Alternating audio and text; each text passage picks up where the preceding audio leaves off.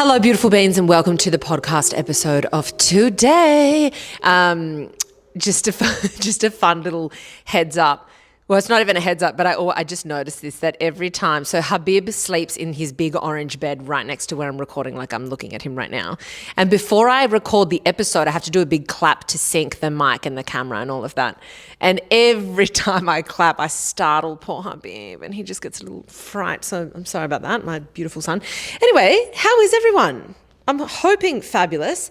This episode will hopefully give you a lot of answers that you didn't even know you wanted or needed about being on track and heading in the direction that you want to be going, and also giving you more awareness around kind of deep questions that sometimes we never even ask ourselves. And the reason I decided to come up with this episode is because one of these questions I asked Tyrone just on a whim. I'm one of those, like, I think all girlfriends are like this, and we just bombard our partners with these existential questions all the time. I mean, I do this to Tyrone all the time. I'm like, but what would you do if? And then I followed with the most outrageous scenario. And then I mentioned to Shania that I was having this conversation. She was like, what the fuck? Because she had almost the exact same conversation with her boyfriend just the other day as well. So I was like, let's just put this among other interesting questions that you can ask yourself that really gets you thinking, and it really gets you kind of digging deeper into how your mind works and what your belief systems are around your own life and what you're capable of having and why that is, and what you should be focusing on to expand and what you should be letting go of. It's a whole fucking thing, okay? Life update. Honestly, everything's going well. I'm currently, as I'm recording this, I think I'm recording this like a week or two earlier, but I'm 28 weeks with the pregnancy, with the twins.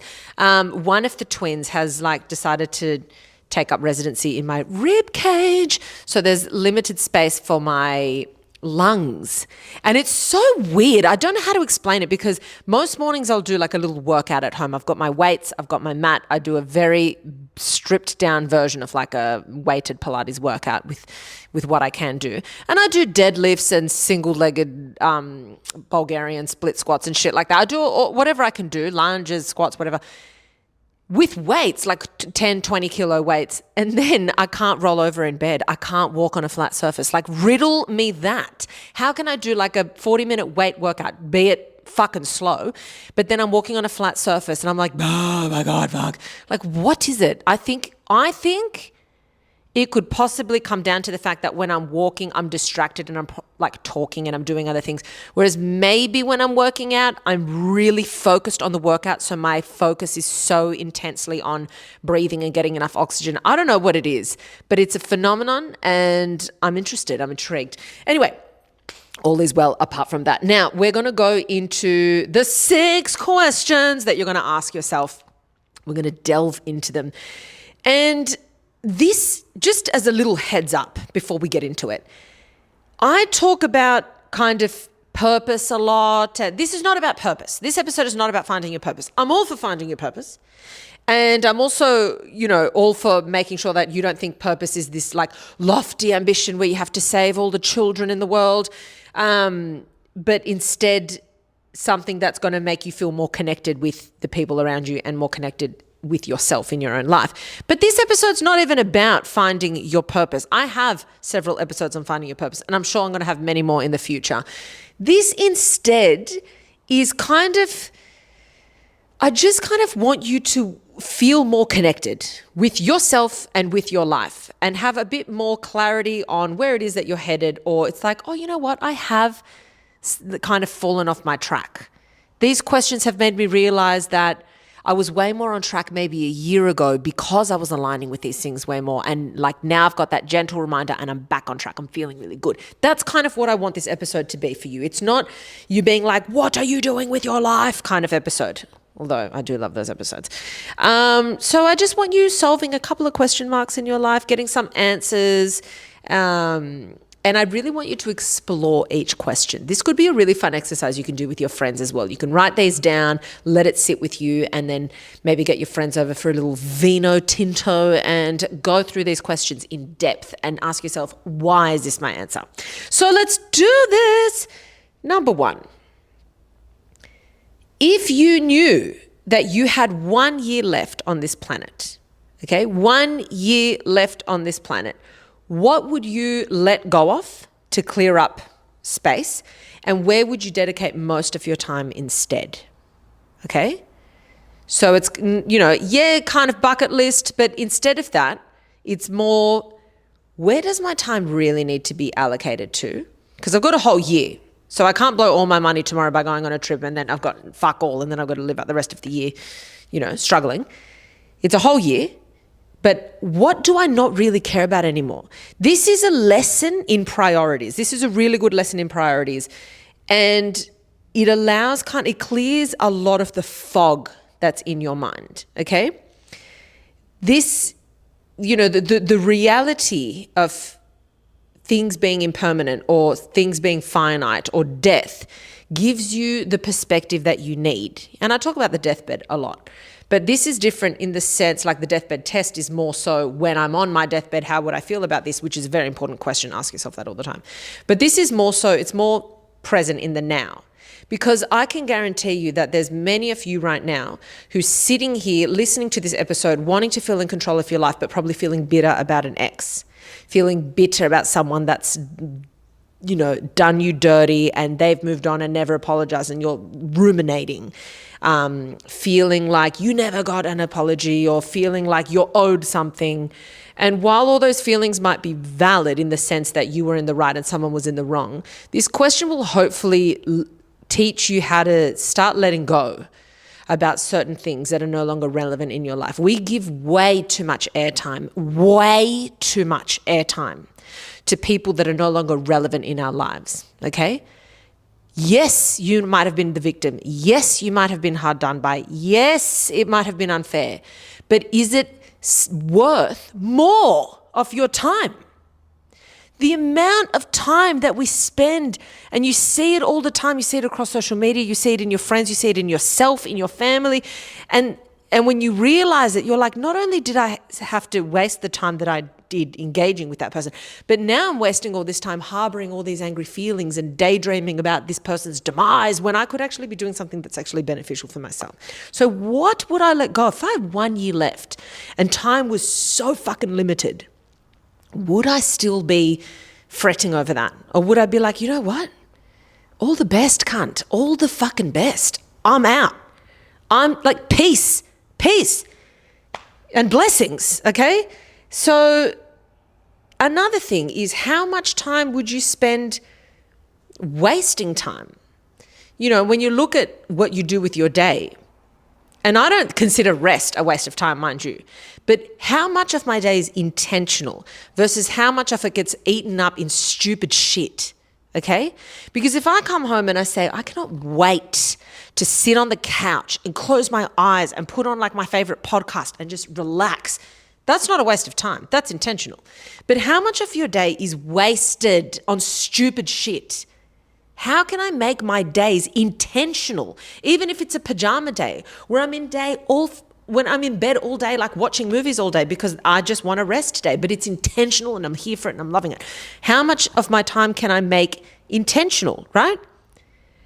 How much time would you allocate to working, how much time would you spend worrying about that friendship group that you don't really fit into? Like so many of us are in denial and we hold on to things for old time's sake or because we think that we're not going to get anything else better.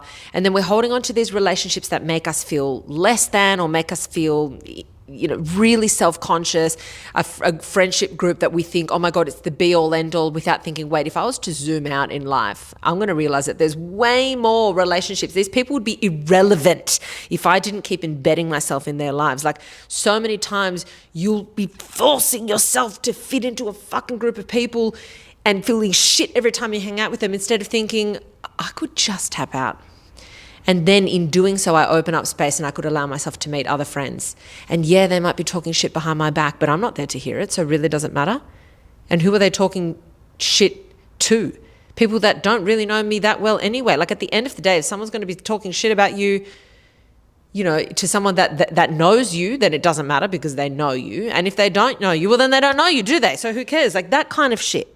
How much are you investing in relationships that don't really have real longevity or that aren't worth it? How much time are you investing in connections that feel good? How much time are you going to invest on the adventures and hobbies that you could be doing endlessly where, would you spend more time outdoors? Would you write more? Would you try more things without focusing on the end result just for the sake of trying it? I think so many of us are like, oh my God, but like, I better be good. If you knew that you only had 1 year left, wouldn't you just want to try a whole bunch of random things? Like, I really want to try surfing one day. I really want to try like snowboarding or doing a high trees ropes course, whatever. Okay. What would you change about your character? Would you become more spontaneous?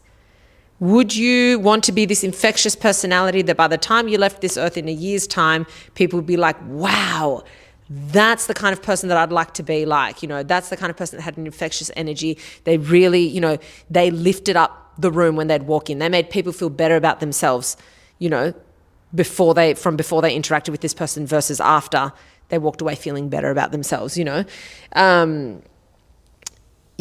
you be more forgiving? Would you be more able to let go and let other people go and not expect so much from other people and be like, you fucking just need to do you? All right. So that's question 1. If you knew for sure you had 1 year left on this planet, what would you let go of to clear up space, and where would you dedicate most of your time instead? Number 2, this is the question that I asked Tyrone. And then I flipped it and I asked myself this, and I will give you my answer after. But if you had to swap lives with somebody, anyone, whether you know them personally or whether it's just someone that you like, a celebrity, whatever, someone who you don't know personally, if you had to swap lives with someone, who would it be with and why? Why? Think about it hard. So I really, really tried to do this exercise, and I realized that I could not think of someone that I would swap lives with. Okay, I really thought long and hard about it, and I couldn't come up with an answer, because there's many people in my life that I'm very inspired by, that I'm very like, fuck, I love what they've achieved, or I wish I could achieve what this person's achieved, or I wish that, I could have that kind of success, or that's inspiring, or I want that, or that's on my vision board. But when you put the whole picture together, as far as career, relationships, family, friends, lifestyle, pets, everything, I actually couldn't find one person on this earth that I would swap my life with, because I think overall, I really like my life. And if I was to swap my life because of this person's epic career, I'd be giving up my family and my friends. And then if I was to, you know what I mean? It's that kind of thing, which is a great answer.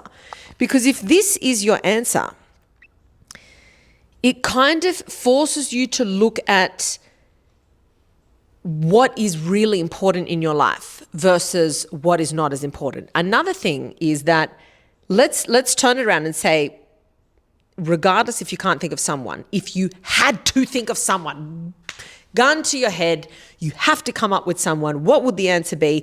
And this really forces you to look at how someone else's time is spent. If you had to, no matter what, okay, now that's really romantic, Alexis, you love your life, ha ha ha, whatever. No, but you have to fucking pick somebody. Why? And then you'd think, okay, well, who has the attributes of the perfect life? What do I love about my life that I would need to now find in someone that I now have to swap lives with?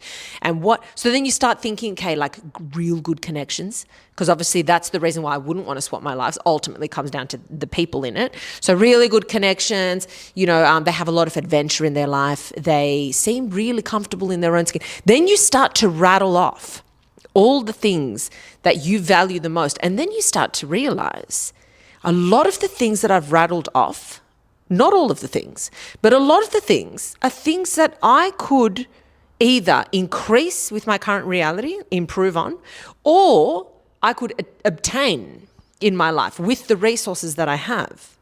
There are certain things that you might look at, like this person is an international fucking star making billions of dollars. Okay, that might not be accessible for you, but lifestyle-wise, what is it that makes their life good? Because you could say, oh yeah, they're rich, they have money. Yeah, but what does that money afford them that makes their life so good? Because I also know many rich people that I'm like, I would fucking hate that life. I would hate that life. So money's not the answer.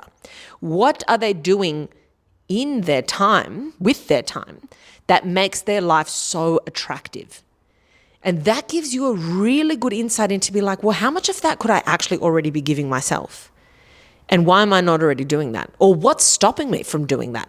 Okay, it gives you a really good insight. And if you cannot find someone that you would swap lives with, why? What is missing in the other billions of alternative lives that exist in this world that you cannot find anywhere else but that exists in you? And that's what you've got to be most grateful for, and that's what you've got to expand on a whole lot more. That's where your time needs to be spent. If you're like, no one can beat the people around me, no, well then how grateful are you for the people around you? How much time do you invest in those relationships? What are you doing about that? How connected do you feel right now? Has this given you kind of the fire in your belly to make you be like, you know what? I am the luckiest fucking person on this earth because of XYZ. Right? This is a really insightful exercise to do. Whether you come up with an answer, whether you cannot, it's going to be great. Number 3, what is holding me back from living the exact life I want? So to go deeper, if you had the power to remove things that you believe are holding you back, would you be removing external things that feel like a cock block? Or internal things like behaviors and thoughts that exist within you, like procrastination, deep-seated beliefs about yourself, behavioral traits that you have, that you believe in yourself, like I'm not intelligent, I can't focus, I am lazy, whatever are these narratives that you tell yourself, okay? Like, what are these blocks? What are these, limitations? How many of them exist within you and how many of them are external? Like, well, I'm stuck in a job that actually has no ceiling. Like, I cannot make more money if I choose to stay in this career. No matter how much I change myself, this career has a ceiling. So that's an external thing, right? Internal, like I said, it's all these beliefs around yourself, about deep beliefs around your character that you think are unchangeable, whatever it is. So really get clear on what is holding me back from living the exact life that I want. And I think for a lot of people, ultimately, the exact life they want comes down to feeling a deep sense of comfort within themselves, a deep sense of satisfaction with who they are, real connections, feeling loved, feeling like part of a community. A lot of these things are things that actually can be worked on, and they're not like a permanent block in your life forever. I think it's really important to be uncovering this and letting yourself know does not need to be permanent. This does not need to be a static thing in my life. This can be changed, especially internal things, especially thoughts and behaviors and beliefs about myself. Number 4, where do I lose track of time in a good way? Okay, so based on active engagement, when I'm actively engaging in something, where does time stop for me? Okay, so a positive loss of this ability to track time. So what I mean by that is I'm not talking about obviously scrolling on your phone or watching things where it's just this passive consumption of stuff. I'm talking about, like, I think I've spoken to you guys about when I was going through like the depths of my heartbreak back in my formative year of 2015, and I would be in a state, like in a psychological state, and I would get home from work ready to burst out crying, but on my way home from work I'd stop at the fabric store and I'd just like buy some fabric, get home, I would throw my bag down to the side of the room and I'd sit at my sewing machine and I'd just start cutting fabric and sewing, and before I knew it, like 4 hours had gone by and I had all these missed calls on my phone because I didn't even take it out of my bag, of people being like, are you okay? Like, we can't get a hold of you.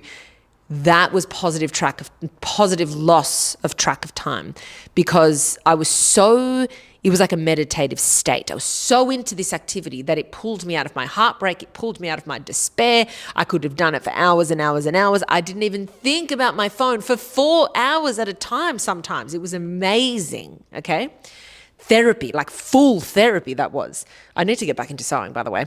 But that was one of the things. For other people, it's social. Like if you're out with, your favorite people, you could be doing it for hours and hours and hours. And you just, never want to look at your phone. You don't need to look at the time. All of that goes out the window. It doesn't matter. It could be a creative task. It could be writing. A big one is researching a topic. You might find a topic one day that you're like, let's say you watch a documentary one day and you're like, that is fucking fascinating. Then you start Googling articles, then you start reading, then you start researching, and before you know it, hours have gone by and you've become like a semi-fucking expert on this random topic because you enjoy researching certain topics. You enjoy education and learning if it's like formatted in the way that works for you. Reading, writing, puzzling, fucking going on trail run, whatever it is. Where do you lose track of time with active engagement in a good way? Okay. Now, the next point, number 5, what is my ego holding on to that makes me stay in my old life, but is ultimately hurting me, but I do it due to comfort. So basically you're clinging onto something to feel secure, safe, or comfort so you don't have to pull yourself into the uncomfortable new, right? But it is part of your old life and you know that it is going to hurt you. So aspects of your old self, like a friendship group that, you know, if you left it marks the end of an era, but staying in it, it's like, you know, and you guys write in all the time, and I'm circling back to friendship, but this could also be a relationship, it could be a job, but it's this idea of, you know, every time I hang out with these people, I'm drained, I'm bored, or I feel like I take a hit at my self-esteem if it's worst case scenario. I don't, you know, like I'm not excited. We're not forging new memories together. We're not whatever. But the thought of ending the friendship is really sad because you're holding on to this nostalgia of when it used to be really good. But then you're also using up all your social time hanging out with this group of people, right? The same goes for your job. Like it might have really served you at a time, but then you've fully outgrown it. But the thought of going out for a new job really scares you. But you're like, yeah, but if I stay here in 5 years' time, I'm going to be like, I could have left 5 years ago. It's not about not being grateful, but I know I've plateaued and I just can't, but I'm holding on to this because it's safe and secure and whatever. So what is it? It could be a belief system. It could be where you live. It could be whatever. Write a little list. What is your ego? And the reason I say ego is because it's more of a superficial reason that you're holding on to it. It's not a deep, important reason. Because sometimes we hold on to things, you know, for much deeper, more like meaningful reasons, okay? And another one, before I move on to the next point, is a job title or position that looks really good on paper. And it's really good for first impressions, but you really struggle to kind of let go of that. Say for example, you're a lawyer, okay? And you feel really nice telling people I'm a lawyer. That shows that I've gotten the qualification, that I've worked hard to become a lawyer. It's not an easy thing to do for the most part. I mean, I'm presuming or an engineer or whatever it is, like a title that's quite like, oh yeah, you've really worked hard for that thing, okay? And then you're like, I fucking hate this job. I fucking hate this fucking job. And now I want to change and do something else. But your ego is holding on to the fact that every time you announce to someone, I am and you enter the career that you've worked really hard for, that in a lot of people's mind equals a lot about your character, your intelligence, your work ethic, whatever. Now I've got to let go of that title. So as much as I know I'd be happier working in this other industry, but the title wouldn't impress anyone, but I'd be happier, I'm struggling to let go because my ego is holding on to the title of lawyer, engineer, whatever it is. That's a prime example of what is my ego holding on to that's keeping me in my past life, okay? Another one is like a marriage. I think a lot of people are really stuck on the marriage word. I have this very good friend of mine, and she's now divorced, but she was having all these marital problems, like this is probably 5 years ago. And these are really big marital problems, really big problems. And they'd kind of try and separate, then get back together and then try and separate. And I asked her, I said, look, you've really worked hard for this relationship. You've been in this relationship for years and years and years, okay? You've really done it all. You're not just giving up, like you're definitely a fighter. But your heart's not in it. And I asked her, if it wasn't for the signed document, the piece of paper that said you were married, would you still be holding on to this relationship? And she said, no, fuck no, absolutely not. I'm holding on to it because it's like I'm married and now I've got to get a divorce and like that terrifies me and whatever. But if we were just dating for the same amount of time, living together for the same amount of everything exactly the same, but without that piece of paper, I would have left a long fucking time ago. And it would have been the best thing for both of us to end this a long time ago. We will both flourish in our own ways, but we're forcing it. So there's another example, okay? So last question is, what person, activity, or event, as in event, like anything that can occur, brings out the best in me? Where do I shine as a human being the most? Like, and what is happening at the time when I'm really shining as a human? Okay, where are you at your truest form? And who are the people that are there during this time? And that's going to tell you a lot about where you need to be. Because if you're like, oh my God, I noticed that I come out of my shell and and I'm a fucking comedian and I thrive around these people, or when I'm doing this particular work, that is when I shine. You've got to get really clear, because you are responsible. Yes, you are responsible for, most of the things that you experience by the version of yourself that you bring to that experience. But you've also got to look at what are the external factors that influence which version of myself I bring to this event, that I bring to this interaction or this circumstance or this activity. Because then if you can identify what that is, what is the activity that I'm doing where my best self comes forward, my most confident self, who am I around? Then you start to identify, well, why is that? Is it because they make me feel seen? Is it because they make me feel comfortable? Is it because they're not, trying to challenge my sense of self? Like, why is that? And how can I get more of that in my life? Because the more I feel like I am at my best, the more I'm able to lean into that, the more confident I feel, the more happy I feel in my own skin, the better I am at interacting with other people, the more my other relationships shine. Everything starts to unfold in a really, really good way when I can kind of lean more into these things. So to summarize, these are the 6 questions just to wrap up. Number 1, if you knew for sure you had 1 year left on the planet, what would you let go of to clear up space, and where would you dedicate most of your time? Number 2, if you had to swap lives with someone, who would it be and why? 3, what is holding me back from living the exact life that I want, internal or external? Number 4, where do I lose track of time in a good way based on active engagement? Number 5, what is my ego holding on to that makes me stay in my old life and is ultimately hurting me? And number 6, what person, activity, or event brings out the best in me? That is the episode of today, guys. Thank you so much for tuning in.